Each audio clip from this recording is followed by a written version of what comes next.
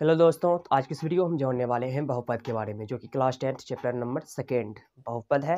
उसे हम इंग्लिश में पोलिनोमियल भी कहते हैं। तो इसमें हम ये जानेंगे कि आखिर इसका जितना भी थ्योरी है और इनसे बोर्ड एग्जाम में कौन कौन से क्वेश्चन हैं जो कि पूछे जाते हैं, उन सारी चीज़ों के बारे में पूरे विस्तार से जानेंगे। तो वीडियो को शुरू करते हैं, वीडियो को अंत तक जरूर देखें। सबसे पहले हम बात करेंगे बहुपद के बारे में। आज का जो हमारा टॉपिक है वो है बहुपद। बहुपद को इंग्लिश में पोलिनोमियल कहते हैं, पोलिनोमियल। अब बहुपद का मतलब क्या होता है उनके बारे में समझेंगे। बहुपद का परिभाषा हो जाएगा चर के और ऋणात्मक घात को बहुपद कहते हैं। इसमें जो हम बताए चर के और ऋणात्मक घात, सबसे पहले तो हम इसमें चर बोले तो चर जो है एक्स वाई जेड ये सब जो है ये चर है। और ऋणात्मक घात का मतलब हुआ अऋणात्मक।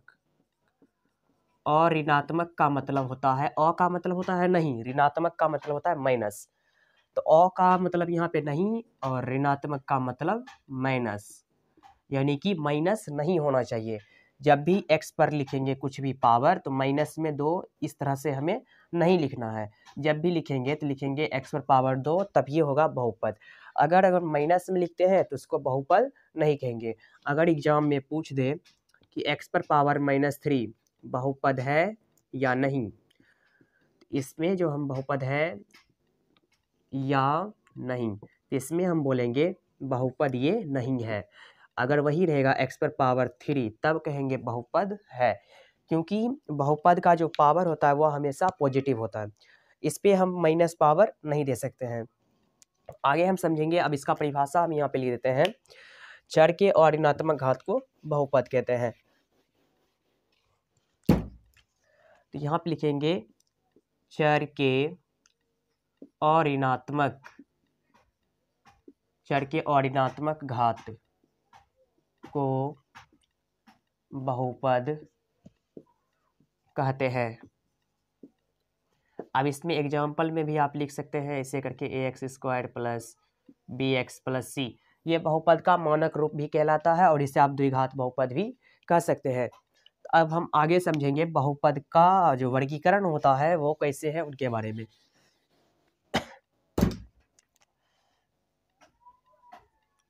यहाँ पे जानेंगे बहुपद का वर्गीकरण। बहुपद का वर्गीकरण, बहुपद का वर्गीकरण में हो जाएगा। बहुपद को सबसे पहले तो 2 आधार पे बांटा गया। पहला है पद के आधार पे, दूसरा है घात के आधार पे। पद के आधार पे बहुपद का वर्गीकरण हो जाएगा एक पदी बहुपद, द्विपदी, त्रिपदी, इस तरह से आगे बढ़ते जाएंगे।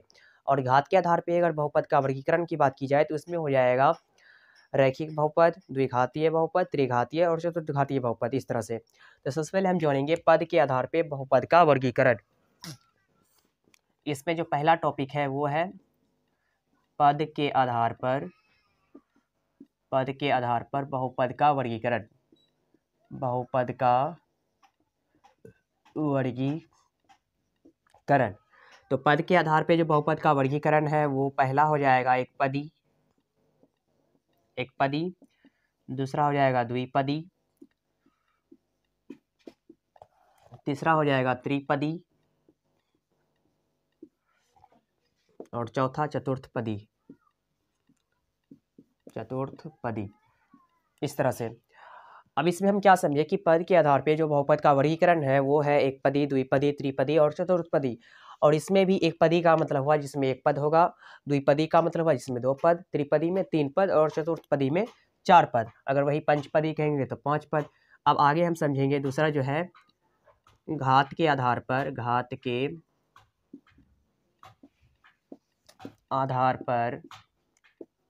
बहुपद का वर्गीकरण। घात के आधार पे बहुपद का जो वर्गीकरण है वो हो जाएगा रैखिक बहुपद। पहला जो है वो हो जाएगा रैखिक बहुपद। इसमें एक ऑब्जेक्टिव भी पूछा जाता है जैसे रैखिक बहुपद से कि बिना घात वाला बहुपद किसे कहते हैं, तो उसमें हम बोलेंगे रैखिक बहुपद को, क्योंकि रैखिक बहुपद जो है इसका घात 1 होता है जो कि हमेशा छिपा हुआ होता है, इसलिए इसको हम कहते हैं रैखिक बहुपद और इन्हें बिना घात वाला बहुपद भी कहा जाता है। दूसरा है द्विघात बहुपद।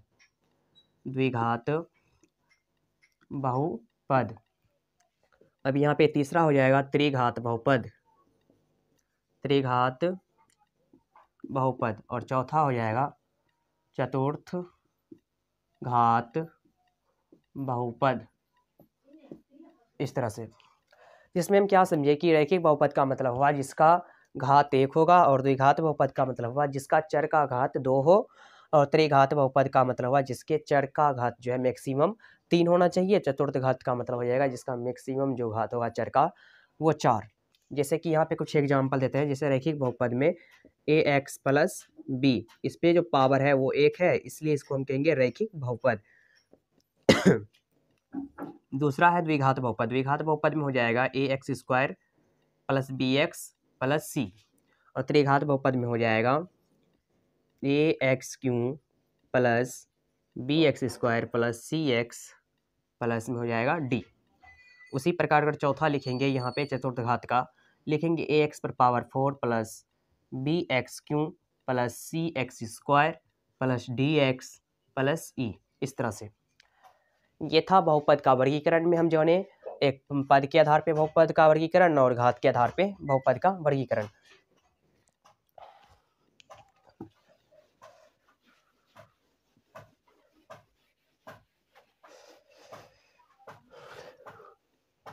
अब हम समझेंगे कि बहुपद चैप्टर में बहुत सारे ऐसे फॉर्मूले भी हैं जिन्हें सीखना बेहद ही जरूरी है। तो सबसे पहले हम ये समझेंगे बहुपद में इसका कुछ फॉर्मूला है, उसको हम लिख देते हैं पहले। फॉर्मूला एक होता है अल्फा प्लस बीटा बराबर माइनस बी बाय ए, एक होता है अल्फा इंटू बीटा बराबर सी बाय ए। ये हो गया अल्फा इंटू बीटा और अल्फा प्लस बीटा का वैल्यू। एक और फॉर्मूला होता है जब शून्यकों का योगफल अल्फा प्लस बीटा दिया हुआ हो और गुणनफल अल्फा इंटू बीटा दिया हुआ हो। यहाँ पे लिखेंगे जब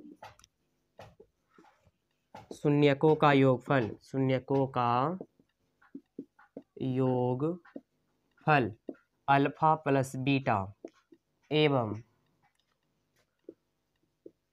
शून्यकों का गुणनफल, शून्यकों का गुणनफल अल्फा इंटू बीटा हो, तब द्विघात बहुपद बराबर एक फॉर्मूला होता है। द्विघात बहुपद बराबर हो जाएगा x square minus alpha plus beta into x plus alpha into beta. इसमें हम लिखे हैं जब शून्यकों का योगफल, शून्यकों का योगफल का मतलब हुआ यहाँ पे अल्फा प्लस बीटा का मान, और शून्यकों का गुणनफल का मतलब हुआ अल्फा इंटू बीटा का मान। तो यहाँ पे अगर इस तरह से दिया रहे तो इसमें द्विघात बहुपद बराबर एक फॉर्मूला होता है x square minus alpha plus beta into x plus alpha into beta. ये फॉर्मूला से 2 नंबर का जो है क्वेश्चन बिहार बोर्ड एग्जाम में पूछे जाते हैं हर साल, और आप इन्हें बना भी सकते हैं।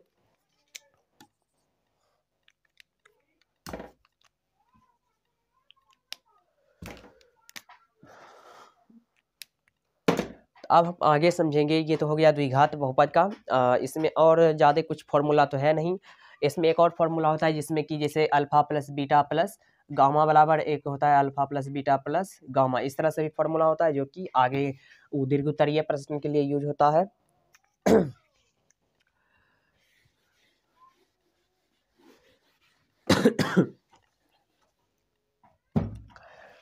अब हम समझेंगे कि बिहार बोर्ड एग्जाम में बहुपद चैप्टर से 1 अंक का कौन कौन से क्वेश्चन है जो कि हर साल पूछे जाते हैं, वो भी बिहार बोर्ड एग्जाम में। तो सबसे पहले हम समझेंगे कि जिसमें हम बोले थे कि बिना घात वाला बहुपद किसे कहते हैं। उसमें जो आपने बताया रैखिक बहुपद, रैखिक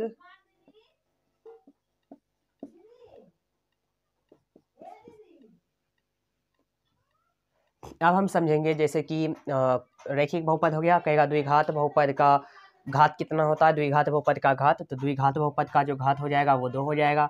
इसी तरह से अगर पूछ ले त्रिघात बहुपद का घात कितना होगा तो वो 3 हो जाएगा। अब हम बात करेंगे जैसे कि यहाँ पे कोई क्वेश्चन है इस तरह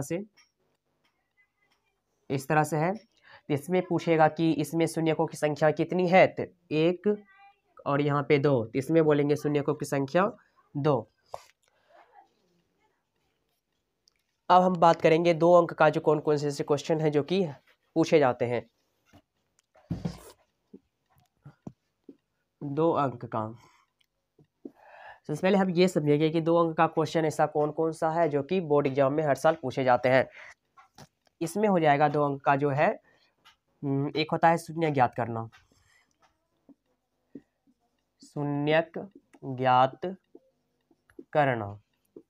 दूसरा हो जाएगा शून्य ज्ञात करना, वही x square minus alpha plus beta into x plus alpha into beta. इस फॉर्मूला पर जो क्वेश्चन होता है, इस पर एक क्वेश्चन रहता है बनाने के लिए 2 अंक का, और इसमें शून्य ज्ञात करने के लिए। अब हम बात करेंगे आगे। आगे एक है अंतिम और आखिरी, भाग देना। भाग देना जिसमें कि x+1 से भाग देते हैं इस तरह से। एक होता है px और एक होता है gx। px से gx में जो भाग देते हैं वही वाला जो कंडीशन है, gx से px में भाग देके उसका जो शून्यक निकालते हैं, वही क्वेश्चन है जो कि 2 नंबर का ये भी पूछता है बोर्ड एग्जाम में। अगर आपको यह वीडियो पसंद आए तो चैनल को लाइक कमेंट से सब्सक्राइब जरूर करें। मिलते हैं अगले वीडियो में।